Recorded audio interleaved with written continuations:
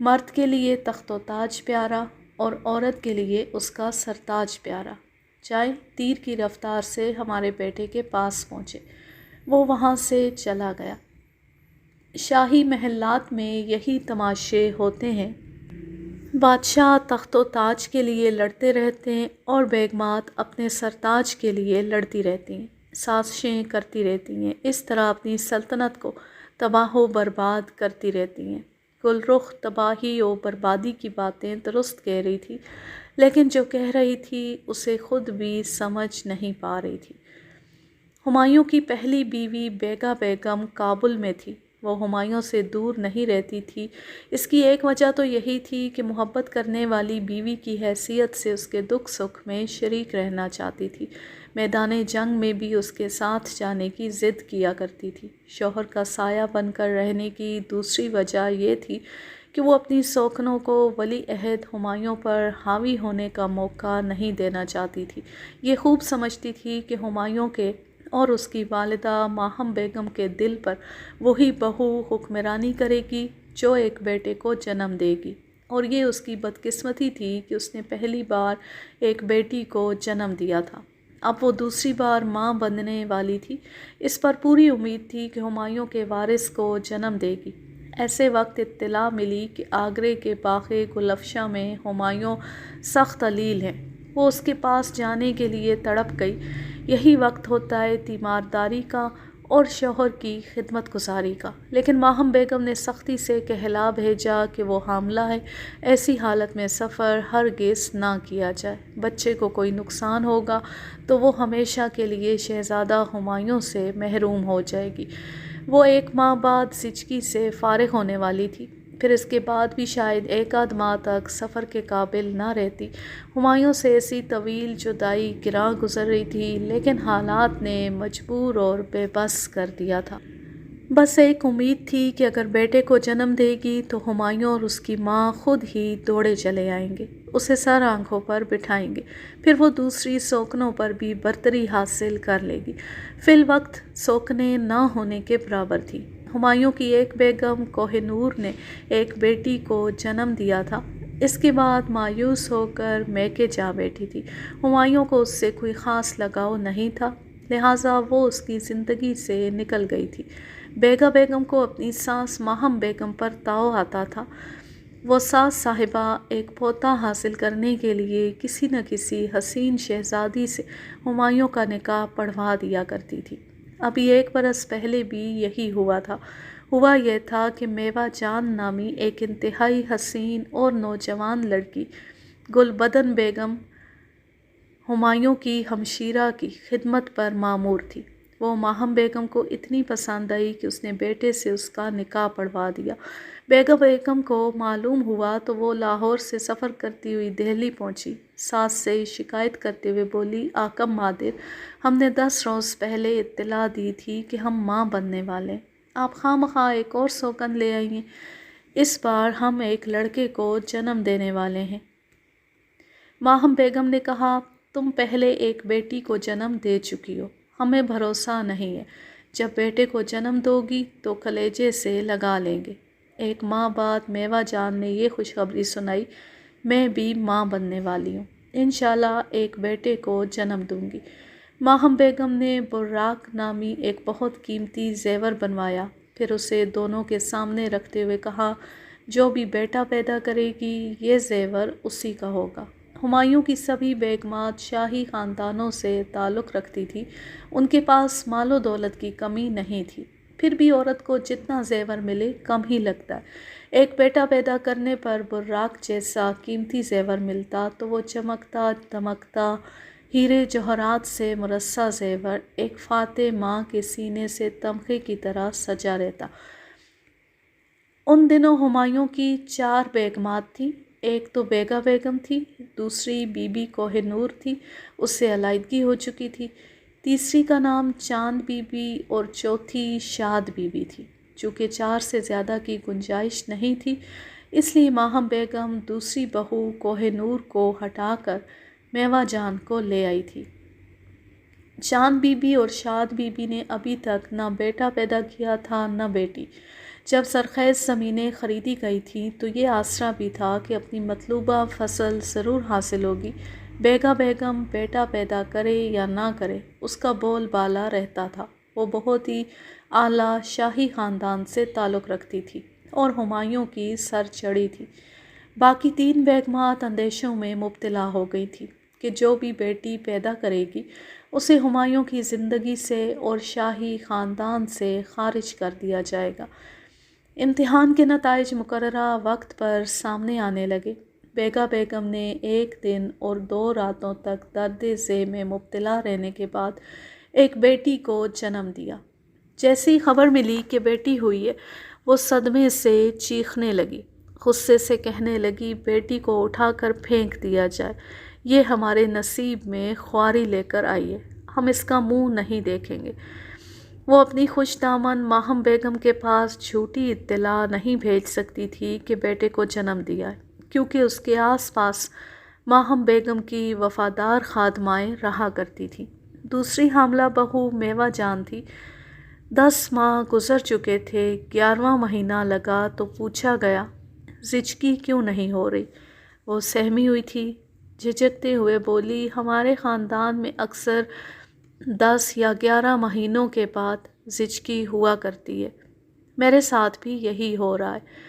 ماہم بیگم نے ایک تجربے کار دائی کو بلا کر کہا اس کا معائنہ کرو اور بتاؤ ہماری مراد کب پوری ہوگی۔ بند کمرے میں معائنہ کیا گیا تو بھید کھل گیا۔ میوہ جان پیٹ پر چمڑے کا سخت خول باندھے حاملہ بنی پھرتی تھی۔ وہ ہندوستان کی ملکہ کو اتنا بڑا فریب دے رہی تھی۔ ماہم بیگم غصے سے پھٹ پڑی، اس پر چابک برساتے ہوئے بولی بدبخت، ذلیل، 2 کوڑی کی خادمہ، تو نے ہم سے جھوٹ بولنے میں اور دھوکہ دینے کی جرأت کیسے کی؟ تجھے بہو بنانا، بلند مرتبہ دینا تو نے ہمارا جرم بنا دیا اور تو ہمارے سر پر چڑھ کر ناچنے لگی۔ تو نے یہ ثابت کر دیا ہے کہ نیچی ذات کے لوگوں کو کبھی منہ نہیں لگانا چاہیے۔ ماہم بیگم تھک گئی تو ایک خواجہ سرا میوہ جان کی پٹائی کرنے لگا۔ وہ رو رو کر کہہ رہی تھی مجھے معاف کر دیں، شہزادے کو حاصل کرنے کے لیے جذبات میں اندھی ہو گئی تھی۔ میں نے صاحب عالم کے قدموں میں رہنے کے لیے جھوٹی خوشخبری سنائی تھی، خدا کے لیے مجھے معاف کر دیں۔ اس کا بدن لہو لہان ہو گیا تھا۔ وہ جو ظلم ہو رہا تھا، جو سزا مل رہی تھی، وہ ناقابل برداشت ہو رہی تھی۔ پھر بھی وہ نقاہت سے کہہ رہی تھی میں نے 7 ماہ پہلے جھوٹ بولا تھا، تب سے اب تک پچھتا رہی ہوں۔ اندیشوں میں مبتلا رہتی تھی کہ میرا کیا بنے گا۔ بس ایک ہی امید تھی کہ صاحب عالم کبھی مجھے خلوت میں طلب کریں گے تو میں ان کے ذریعے آپ سے رحم کی درخواست کروں گی۔ ماہم بیگم کی بڑی صاحبزادی گلبدن بیگم نے آ کر سفارش کی، آکم مادر، یہ میری خادمہ تھی، میں نے اسے آپ کے حوالے کیا تھا، اس نے جھوٹ بولا، دھوکہ دیا، اسے بہت سزا مل چکی ہے، خدارا اسے معاف کر دیں، اس کی جان بخش دیں۔ ماہم بیگم نے حقارت سے کہا اس بدبخت کو ہماری سلطنت سے باہر لے جا کر پھینک دیا جائے، اگر آئندہ یہ کہیں نظر آئے تو اس کی گردن اڑا دی جائے۔ فوراً ہی حکم کی تعمیل کی گئی۔ یوں ہمایوں کی 4 میں سے 1 سیج پھر خالی ہو گئی۔ بیگا بیگم کابل میں تھی، اسے اطلاع مل رہی تھی کہ اس کی 1 سوکن شاہی محل سے نکالی جا چکی ہے اور خوشنامن صاحبہ ایک پوتا حاصل کرنے کے لیے ایسی باولی ہو رہی ہے کہ پھر ایک چھوٹی ذات کو منہ لگا رہی ہے۔ اختری نامی ایک خادمہ کو سر چڑھایا جا رہا ہے، جمنا کنارے والی زمینیں اور ایک شاندار حویلی اس کے نام کی گئی ہے۔ شہزادہ ہمایوں کالنجر کی مہم سے واپس آئے گا تو اختری سے اس کا نکاح پڑھا دیا جائے گا۔ بیگا بیگم کو یہ بھی معلوم ہوا کہ ایک مسلمان نجومی نے اور ہندو جیوتشی نے پیشگوئی کی ہے کہ اختری ایک بیٹے کو جنم دے گی۔ بیگا بیگم یہ سب کچھ سن رہی تھی اور انگاروں پر لوٹ رہی تھی۔ وہ بیٹی پیدا کرنے کے صدمات سے ایسی ٹوٹ گئی تھی کہ بستر سے اٹھ نہیں پا رہی تھی، مگر یہ سنتی اٹھ بیٹھی کہ بیٹا پیدا کرنے کے لیے ایک نئی سوکن آنے والی ہے۔ اسے اپنی خوشدامن پر غصہ آ رہا تھا۔ یہ اچھی طرح جانتی تھی کہ جب تک ہمایوں تخت پر نہیں بیٹھے گا وہ خود ملکہ معظمہ نہیں کہلائے گی۔ ملکہ بننے کے بعد ہی وہ اپنی ساس کے ہاتھ میں تسبیح تھما کر اسے کسی گوشے میں بٹھا سکتی تھی۔ ہمایوں کے بارے میں یہ یقین تھا کہ وہ اسے دل و جان سے چاہتا ہے، لیکن جب تک تخت کا وارث پیدا نہیں ہوگا تب تک وہ یکے بعد دیگرے شادیاں کرتا رہے گا اور اس کی سوکھنے لاتا رہے گا۔ اب وہ یقین کے ساتھ سوچ رہی تھی، ہم اگلی بار ضرور تخت کا جانشین پیدا کریں گے، لیکن اس سے پہلے بیٹا پیدا کرنے والی کو روکنا ہوگا۔ یہ بات بھی ناقابل برداشت تھی کہ ایک 2 کوڑی کی خادمہ بیٹا پیدا کرنے کے بعد دوسری تمام بیگمات سے افضل و برتر سمجھی جائے گی۔ ملکہ معظمہ اور ولی عہد کی والدہ ماجدہ کہلائے گی۔ اس نے حکم دیا، سفر کی تیاریاں کی جائیں، ہم آگرہ جائیں گے۔ اس کے میکے والوں نے اس کی خاص طبیبہ اور طبیب نے سمجھایا کہ ایسی کمزوری کی حالت میں ہزاروں کوس کا سفر نامناسب ہے، اچھی طرح علاج ہو جائے، کچھ توانائی بحال ہو جائے، پھر سفر کا قصد کیا جائے۔ وہ ضدی تھی۔ اس نے کہا، ہمارے ساتھ ہماری طبیبہ اور طبیب رہا کریں گے، ہم جگہ جگہ پڑاؤ کرتے رہیں گے، 1 آدھ روز آرام کریں گے، پھر آگے چل پڑیں گے۔ اپنے ہمایوں تک دیر سے پہنچیں گے لیکن پہنچ ہی جائیں گے۔ وہ ہمایوں کو صرف اپنی ملکیت بنائے رکھنے کے لیے طرح طرح کے جتن کرتی رہتی تھی، اس کے سوتیلے بھائیوں کی سازشوں سے بھی آگاہ ہوتی رہتی تھی۔ اسے معلوم ہوا تھا کہ کامران مرزا لاہور کے تخت پر قبضہ جمانے کے لیے کابل سے نکلا ہوا ہے۔ اس نے ایک تیز رفتار گھڑ سوار کے ذریعے ہمایوں کو پیغام بھیجا، ہمارے مجازی خدا، ہمارے سر کے تاج، یہ گزارش ہے کہ سوتیلے بھائیوں سے محبت ضرور کریں لیکن ان پر بھروسہ نہ کریں۔ کامران مرزا کی نیت میں فطور ہے، وہ لاہور کے تخت پر قبضہ جمانے کے لیے کابل سے نکلا ہوا ہے۔ آپ باوا حضرت بادشاہ بابر سے گزارش کریں کہ وہ کامران مرزا کو کابل واپس جانے کا حکم دے۔ بیگا بیگم نے ہمایوں کے نام پیغام بھیجا تھا، لیکن اسے یقین نہیں تھا کہ ہمایوں اس پر عمل کرے گا، کیونکہ وہ اپنے بھائیوں پر اندھا اعتماد کرتا تھا۔ بادشاہ بابر نے بھی اسے یہی نصیحت کی تھی کہ ایک ولی عہد کو اپنے سوتیلے بھائیوں سے محبت اور انصاف کرتے رہنا چاہیے۔ مرد سازشیں کم کرتے ہیں، اپنی قوت بازو پر زیادہ بھروسہ کرتے ہیں، تلوار کے زور پر تخت و تاج حاصل کرتے ہیں۔ اس کے برعکس عورتیں تلوار نہیں اٹھا سکتیں، اس لیے سازشیں زیادہ کرتی ہیں۔ بیگا بیگم نے اپنی حکمرانی کو قائم و دائم رکھنے کے لیے ایک اور سازش کی۔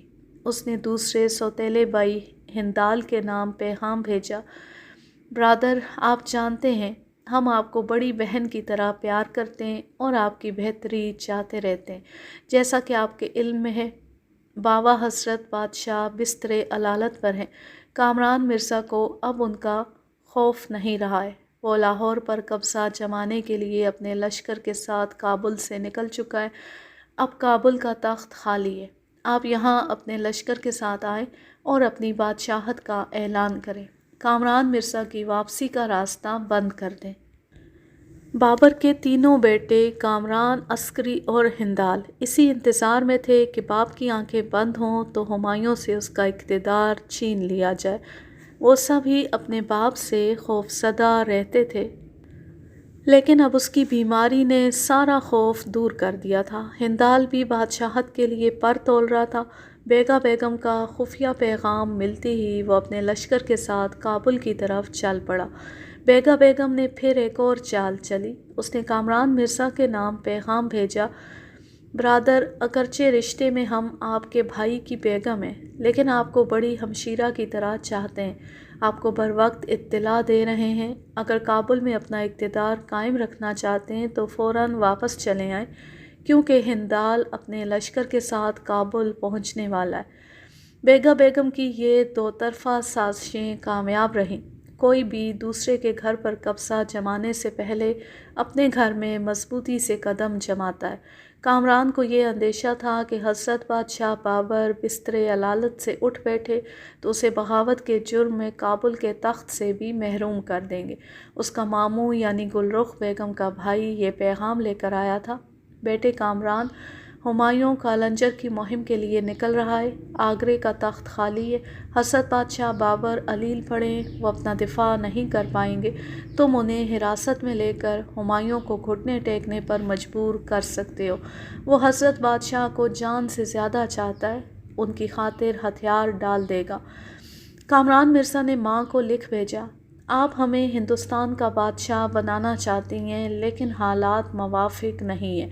آپ کی سوکن دلدار بیگم کا بیٹا ہمارا سوتیلا بھائی ہندال اپنے لشکر جرار کے ساتھ کابل کی طرف آ رہا ہے، ہمیں اس کی سرکوبی کے لیے واپس جانا ہوگا۔ عزیزت جان مادر، ہم آپ کا خواب ضرور پورا کریں گے، ہندوستان کے بادشاہ ضرور بنیں گے، لیکن ذرا صبر کریں۔ بابا حضرت بادشاہ کو اس دنیا سے کوچ کرنے دیں، آپ کے 2 جوان بیٹے ہیں، ہم بعد میں ہمایوں اور ہندال سے بخوبی نمٹ لیں گے۔ بیٹے کا یہ تحریری پیغام گلرخ بیگم کو ملا تو وہ غصے سے تلملاتی ہوئی دلدار بیگم کے پاس آئی، اسے بیٹے کا پیغام پڑھاتے ہوئے بولی، آپ کا صاحبزادہ ہندال آستین کا سانپ ہے، ہمارے بیٹے کامران کو ڈس لینا چاہتا ہے۔ دلدار نے کہا، آپ ہمارے بیٹے کو آستین کا سانپ اس لیے کہہ رہی ہیں کہ وہ کابل کے تخت پر قبضہ جمانا چاہتا ہے؟ کامران مرزا تو اس سے بھی زیادہ زہریلا ہے، آپ نے اپنے بیٹے کو یہاں کیوں بلایا ہے؟ تاکہ وہ ایک ہی وار میں بیمار والد کو قیدی بنائے اور یہاں کے تخت پر قبضہ جما کر ہمایوں کی واپسی کا راستہ روک دے۔ ہم نے وعدہ کیا تھا آپ کے بیٹے ہندال کو سوتیلا نہیں سمجھا جائے گا، بعد میں اسے ہندوستان کے ایک بہت بڑے علاقے پر حکومت کرنے کا موقع دیا جائے گا۔ دلدار نے کہا، جو بیوی اپنے مجازی خدا کی نہیں ہے، جو بیٹا اپنے بیمار والد کو قیدی بنانے کے لیے یہاں آ سکتا ہے، ان کے وعدوں اور قسموں پر بھروسہ کرنے والی کوئی نادان یا پاگل عورت ہی ہوگی۔ پھر دلدار نے دونوں ہاتھ کمر پر رکھتے ہوئے پوچھا، کیا ہم ایسے ہی نادان دکھائی دیتے ہیں؟ آپ اپنی سوکن ماہم بیگم کے خلاف بھرپور سازشیں کر رہی ہیں، ہم بھی تو سوکن ہیں، کیا ماہم بیگم سے نمٹنے کے بعد آپ ہمیں آسانی سے چھوڑ دیں گی؟ کیا ہمارے خلاف سازشیں نہیں کریں گی؟ گلرخ نے اسے چپتی ہوئی نظروں سے دیکھا اور کہا، آپ بہت پچھتائیں گی دلدار بیگم، ہمارے 2 کڑیل صاحبزادے ہیں، وہ ہمایوں جیسے ولی عہد سے ٹکرا سکتے ہیں تو آپ کا ہندال کس گنتی میں آتا ہے؟ اسے تو وہ ایک چٹکی میں مسل کر رکھ دیں گے۔ اگر ایسا ہوا تو صرف میں نہیں، آپ بھی پچھتائیں گی۔ ہم جب چاہیں ماہم بیگم کا اعتماد حاصل کر سکتے ہیں، اس جرم کا اعتراف کر سکتے ہیں کہ ہم دونوں نے ہمایوں کی ہلاکت کے لیے وہ تعویذ کامل سے لکھوایا تھا اور اسے اس کے بستر تک پہنچایا تھا۔ سبھی جانتے ہیں کہ اختری جیسی ادنا خادمہ کا بیان تسلیم نہیں کیا جائے گا، لیکن ہم تو حکمران وقت حضرت بادشاہ بابر کی بیگم ہیں، ہماری چشمدید گواہی کو سبھی تسلیم کریں گے۔ پھر آپ کا کیا بنے گا گلرخ بیگم؟ وہ اسے طنزیہ انداز میں دیکھ کر جانے لگی۔ گلرخ نے ہاتھ اٹھا کر کہا، رک جائیں۔ اس نے رک کر اسے سوالیہ نظروں سے دیکھا، وہ نرم پڑ گئی تھی، قریب آ کر اس کے شانے پر ہاتھ رکھتے ہوئے بولی، ہمیں آپس میں نہیں لڑنا چاہیے۔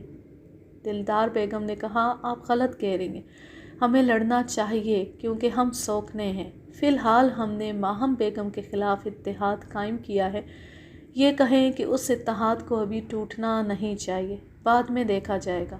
چلو یہی صحیح، ہمارا یہ اتحاد ابھی قائم رہنا چاہیے، اسی شرط پر قائم رہے گا کہ آپ ابھی کسی تیز رفتار گھڑ سوار کو کابل روانہ کریں، ایک نامہ آپ اپنے بیٹے کو ارسال کریں گی اور ایک نامہ ہماری طرف سے ہمارے بیٹے کے نام جائے گا، دونوں کو تاکید کی جائے گی کہ وہ آپس میں جنگ نہ کریں اور نہ ہی ایک دوسرے کو کسی طرح کا نقصان پہنچائے۔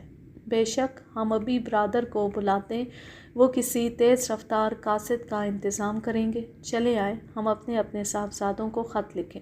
ادھر کابل میں ہمایوں کی بیوی بیگا بیگم اور ادھر آگرے میں بابر کی بیگمات اپنی اپنی شاہانہ ذہانت سے جوڑ توڑ میں مصروف تھیں، اور بابر پر یہ کہاوت صادق آ رہی تھی، مرض بڑھتا گیا جوں جوں دوا کی۔ طبیب حضرات پریشان تھے، ان کی کوئی دوا اثر نہیں دکھا رہی تھی۔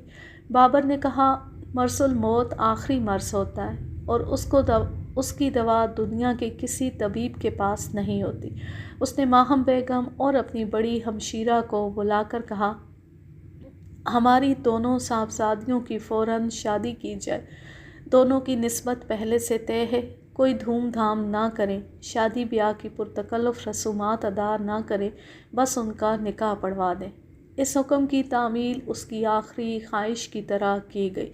ماہم بیگم نے فوراً ہی ہمایوں کو پیغام بھیجا، جان مادر، تمہارے بابا حضرت بادشاہ کی حالت خیر ہے، ایک لمحہ بھی ضائع کیے بغیر ایسے آؤ جیسے ہوا کے گھوڑے پر آیا کرتے ہیں۔ کالنجر کا قلعہ فتح ہو چکا تھا، وہاں قدم جمائے رکھنے کی ضرورت تھی۔ ہمایوں نے اپنے سپہ سالار کو ضروری فرائض ادا کرنے کے لیے وہاں چھوڑا، پھر برق رفتاری سے بیمار والد کے پاس پہنچ گیا۔ بابر کو خانہ کلاں کی ایک شاہانہ سیج پر پہنچایا گیا تھا۔ اس سیج کے سامنے سونے چاندی کا تخت بچھایا گیا تھا۔ جب ہمایوں وہاں پہنچا تو بابر نے اس کا ہاتھ تھام کر کہا، ہم نے تمہاری بہنوں کی شادیاں کرا دیں، اب آخری فرض رہ گیا ہے۔ پھر اس نے تمام امراء کو مخاطب کرتے ہوئے کہا، یہ نصیر الدین ہمایوں ہمارا ولی عہد کہلاتا رہا ہے، ہم ابھی اپنا عہد پورا کرنا چاہتے ہیں۔ یہ ہمارے تخت و تاج کا وارث ہے، اسے تخت شاہی پر بٹھا کر تاج حکمرانی پہنایا جائے۔ ہمایوں نے ہچکچاتے ہوئے کہا، بابا حضور، آپ کی یہ خواہش پوری ہوگی، مگر ذرا دم لیں، اللہ نے چاہا تو آپ جلد ہی صحتیاب ہوں گے، پھر یہ تخت نشینی اچھی لگے گی۔ ہمیں یہ اچھا لگ رہا ہے کہ اللہ تعالیٰ نے ہماری جان کا صدقہ قبول کیا ہے، ہم اس کے شکر گزار ہیں۔ آگے بحث نہ کرو، ہمارے حکم کی تعمیل کرو۔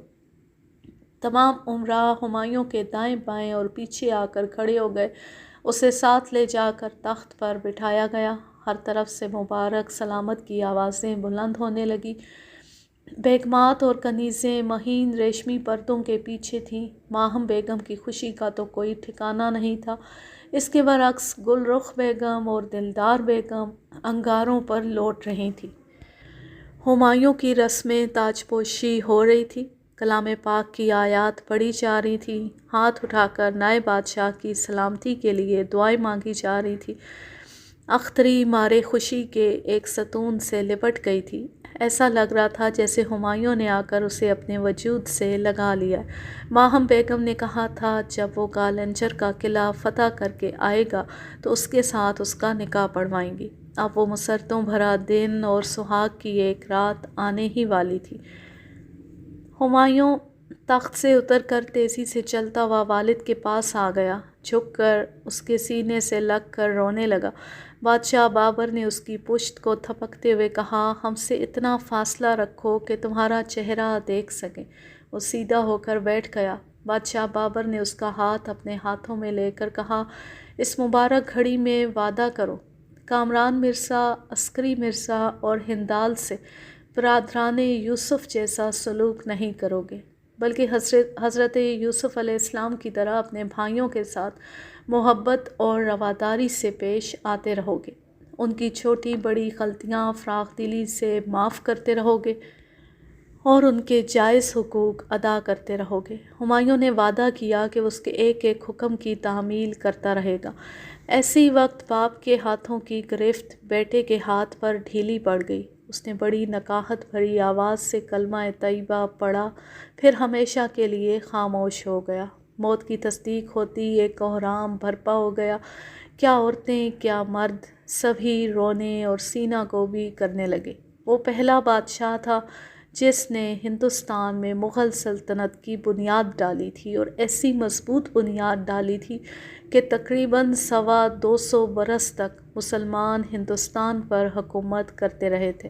وہ پہلا مسلمان بادشاہ تھا جس نے شراب پینے سے توبہ کی تھی اور شراب پینے پر سختی سے پابندی عائد کی تھی۔ اس نے بیٹے کی جان کا صدقہ دیتے وقت کہا تھا، پیش نقد جاں گوہر چے باشد، نثار دوست باشد ہر چے باشد۔ اگر میں نے غلط فارسی پڑھی ہے تو اس کے لیے بہت معذرت۔ جب بابر کا دم نکلا تو ماہم بیگم نے ماتم کرتے ہوئے کہا، ساری دنیا ماں کی ممتا اور اس کی قربانیوں کو تسلیم کرتی ہے، مگر آج ایک باپ دنیا کی تمام ماؤں پر سبقت لے گیا ہے۔ ہمایوں جس تخت پر بیٹھا اس میں کانٹے ہی کانٹے تھے۔ کتنی دشمن حضرت بادشاہ بابر کی آنکھیں بند ہونے کے انتظار میں تھے۔ ایک طرف بہار کا حکمران شیر خان سوری تھا، دوسری طرف چھوٹے بڑے علاقوں کے سلطان اور کتنے ہی راجے مہاراجے تھے۔ ان سب سے بڑھ کر آستین کے سانپ 3 سوتیلے بھائی تھے، سبھی آگرے اور دہلی کے تخت پر بیٹھنا چاہتے تھے۔ حضرت بادشاہ بابر کی وفات کے بعد ارادہ تھا کہ 40 دنوں تک سوگ منایا جائے گا۔ سوتیلے بھائیوں نے بھی باپ کی موت کا لحاظ کیا تھا۔ ان میں سے کسی نے کھلی بغاوت اور لشکر کشی نہیں کی تھی، لیکن ماتم کے ساتھ ساتھ عداوتی منصوبے بناتے رہے تھے۔ دور دراز کے علاقوں میں چھوٹے بڑے راجے مہاراجے متحد ہو رہے تھے۔ ان کے درمیان اس طرح اتحاد ہو رہا تھا کہ وہ اپنے چھوٹے چھوٹے لشکروں کو ملا کر ایک بہت بڑا لشکر بنا رہے تھے۔ وہ مسلمانوں کو آگرے اور دہلی سے پسپا کر کے ہندوستان سے جانے پر مجبور کر دینا چاہتے تھے۔ شیر خان سوری کے متعلق مشہور ہے کہ وہ جتنا دلیر اور جنگجو حکمران تھا، اتنا ہی انسان دوست بھی تھا۔ دکھی انسانوں کے جذبات کو سمجھتا تھا۔ اس نے طے کیا تھا کہ جب تک حضرت بادشاہ بابر مرحوم کا خاندان سوگوار رہے گا، تب تک وہ آگرے کا رخ نہیں کرے گا۔ دلدار بیگم کا مزاج بدل گیا تھا۔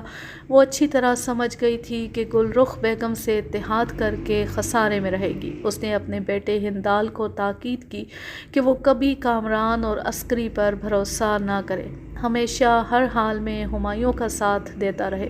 گل رخ نے اپنے دونوں بیٹوں کو پیغام بھیجا، جو ٹوٹ رہا ہو اسے توڑنا اور آسان ہو جاتا ہے۔ ہمایوں نماز روزے اور قرآن خوانی میں مصروف رہتا ہے، ابھی جنگجوئی کے سلسلے میں مستعد نہیں ہو سکے گا۔ دیر کس بات کی ہے؟ فوراً دونوں بھائی متحد ہو کر تمام لشکر کے ساتھ آگرہ پہنچو۔ کامران مرزا نے جواباً لکھ بھیجا، آپ اپنے بیٹے عسکری مرزا کے مزاج کو خوبی سمجھتی ہیں۔ وہ کسی حد تک بزدل بھی ہیں اور ضعیف الاعتقاد بھی۔ انہوں نے خواب میں فردوس مکانی بابا حضور کو دیکھا ہے، ان کی نصیحتیں سنی ہیں اور صاف کہہ رہے ہیں کہ 40 دنوں تک اپنے سوتیلے بھائی کے خلاف لشکر کشی نہیں کریں گے۔ ہمیں اپنے مخبروں سے اطلاع ملتی رہی ہے۔ ہمایوں اگرچہ دن رات عبادت میں مصروف رہتا ہے، لیکن اس کا سپہ سالار اپنے پورے لشکر کے ساتھ بہت ہی مستعد ہے۔ ابھی حالات ہمارے موافق نہیں ہیں، آپ ذرا صبر کریں۔ ماہم بیگم بھی اپنے شوہر سے ابدی جدائی کا صدمہ سہ رہی تھی۔ اس کے باوجود اس کے اندر دنیاوی تقاضے چیخ رہے تھے۔ ان میں سے ایک تقاضا یہ تھا کہ اتنی بہویں لانے کے باوجود تخت کا ایک وارث پیدا نہیں ہو رہا ہے۔ جیوتشی اور نجومی کی پیشگوئی سے ایک ڈھارس بندھی ہوئی تھی۔ اختری سے امیدیں وابستہ کر لی گئی تھیں۔ اس نے سوچا تھا کہ بیٹا کالنجر کی مہم سے واپس آئے گا تو فوراً اختری کے ساتھ نکاح پڑھوا دیا جائے گا۔ وہ چاہتی تھی جلد سے جلد اپنا مطلوبہ نتیجہ سامنے آ جائے، مگر حالات نے اسے مجبور کر دیا تھا۔ آئندہ 40 دنوں کے بعد ہی وہ نئی بہو کو بیٹے کی سیج پر بھیج سکتی تھی۔ ایسے وقت ہمایوں کی بڑی بیوی بیگا بیگم وہاں پہنچ گئی۔ ماہم بیگم نے اسے دل سے خوش آمدید نہیں کہا، کیونکہ وہ دوسری بار بھی ایک بیٹی کو جنم دے کر اسے میکے میں چھوڑ کر آئی تھی۔ بیگا بیگم نے اپنی خوش دامن سے کہا، اب آپ کے بیزار ہونے سے ہمارے لیے کوئی فرق نہیں پڑے گا۔ ہمارے ہمایوں نے آتی ہمیں گلے لگایا ہے اور ہمیشہ کی طرح وہ ہمیں اپنا سایہ بنا کر ساتھ رکھنے والے ہیں۔ ماہم بیگم نے نفرت سے کہا، تم ضرور ہمارے بیٹے کو کچھ گھول کر پلاتی ہو، اسی لیے وہ تمہارے پیچھے لگا رہتا ہے۔ ہم آپ کو یہ سمجھانے آئے ہیں کہ اب آپ کے اختیارات محدود ہو چکے ہیں۔ آپ کے بادشاہ سلامت نہیں رہے، اللہ کو پیارے ہو چکے ہیں۔ ہمارے مجازی خدا خدائے سلطنت ہیں۔ اب ہم بڑی بیگم ہونے کے حوالے سے ملکہ معظمہ ہیں، آپ صرف بادشاہ کی والدہ ہونے کے حوالے سے معزز رہیں گی۔ ہم سب آپ کا احترام کرتے رہیں گے، لیکن آپ اپنے احکامات ہم پر مسلط نہیں کریں گے۔ ماہم بیگم نے ذرا تن کر کہا، ہم محدود ہو کر بھی لامحدود رہیں گے۔ جب تک ایک وارث پیدا نہیں ہوگا ہم اپنے بیٹے کے لیے بہویں لاتے رہیں گے اور اس سلسلے میں بیٹا ہماری حمایت کرتا رہے گا۔ وہ مسکرا کر بولی، تخت کے ایک وارث کو لانے کے لیے ہم بھی حمایت کرتے رہیں گے، یوں ہمارے سرتاج کا پیار اور اعتماد ہم پر مستحکم رہے گا۔ پھر وہ دور کھڑی ہوئی کنیزوں کی طرف دیکھتے ہوئے بولی، ویسے وہ کمل کہاں ہے جسے آپ کیچڑ سے نکال کر بادشاہ وقت کی خوابگاہ میں پہنچانا چاہتی ہیں؟ اختری کو طلب کیا گیا۔ اس نے فوراً ہی حاضر ہو کر بیگا بیگم کو ادب سے سلام کیا۔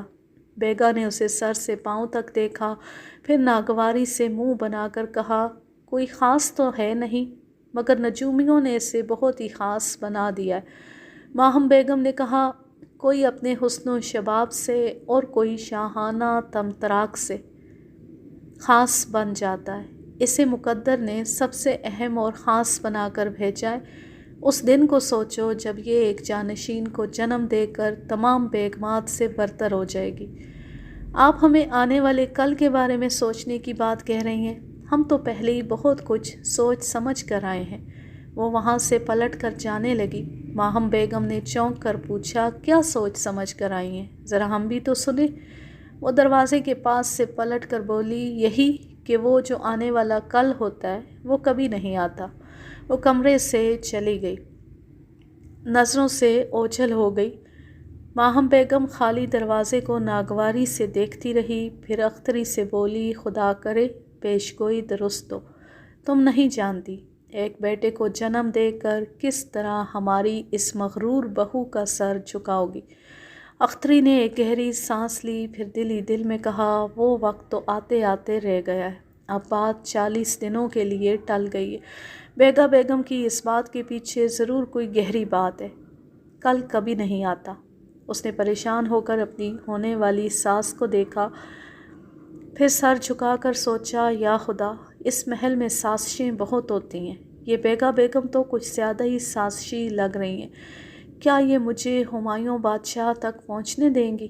تخت و تاج، بادشاہت، حکمرانی، رعب اور دبدبہ اور وسیع اختیارات یا تو بزور شمشیر حاصل ہوتے ہیں یا سازشوں کے ذریعے۔ شاہی محلات میں بیگمات سازشی تلواروں کے ذریعے ایک دوسرے کا گلا کاٹتی رہتی ہیں۔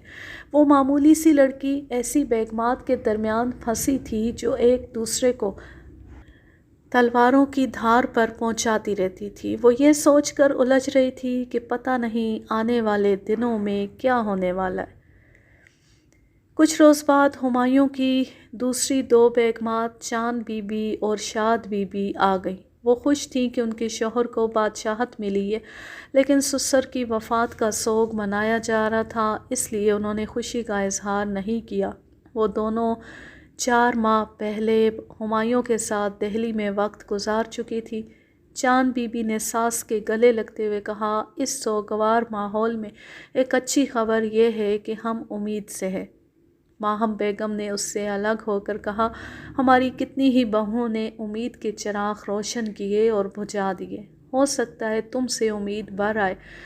تمہارے طبی معائنے کا اور عیش و آرام کا خاص خیال رکھا جائے گا۔ بے شک تم اپنے جلیل القدر بادشاہ سے ملو، لیکن جب تک زچگی نہ ہو جائے تب تک اس کی خلوت میں نہ جاؤ۔